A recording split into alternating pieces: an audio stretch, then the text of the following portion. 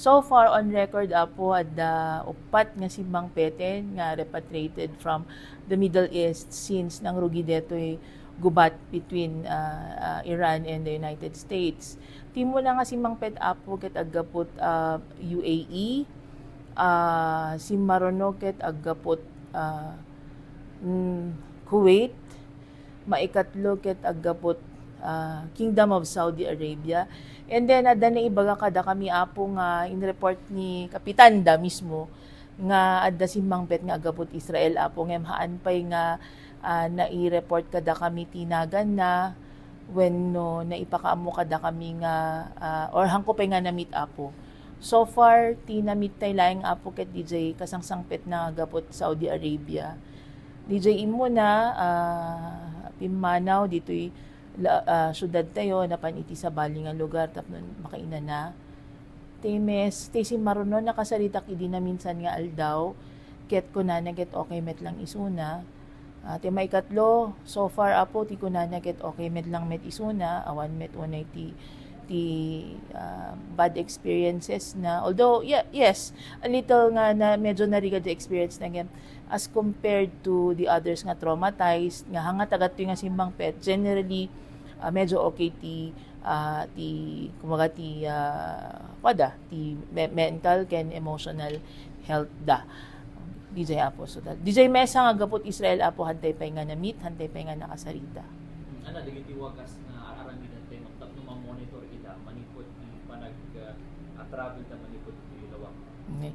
Numalagi pyo apo adda in parawar nga advisory ti City Government of Lawag nga inaprobaran ni Apo Mayor tayo ni Apo Honorable James Brian Q. Alcid nga amin nga agsangpet via plane or via bus ket masundo da kuma.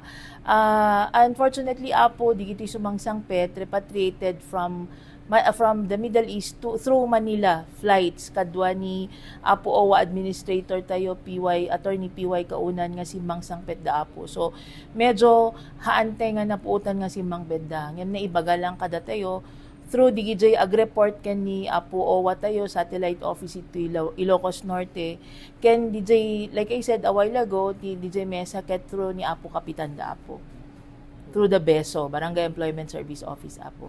Ada pa dili mabalik nga maitulong ti opisina tayo ma'am no wagas tapnon matulungan dagiti.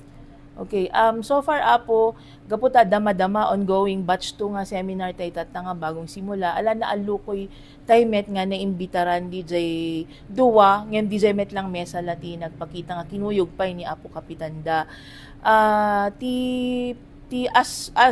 the MDO of Lawag City Apo nakisarita tay met ken ni Ma'am Owa ni RD nga ken ni Sauda ni Ma'am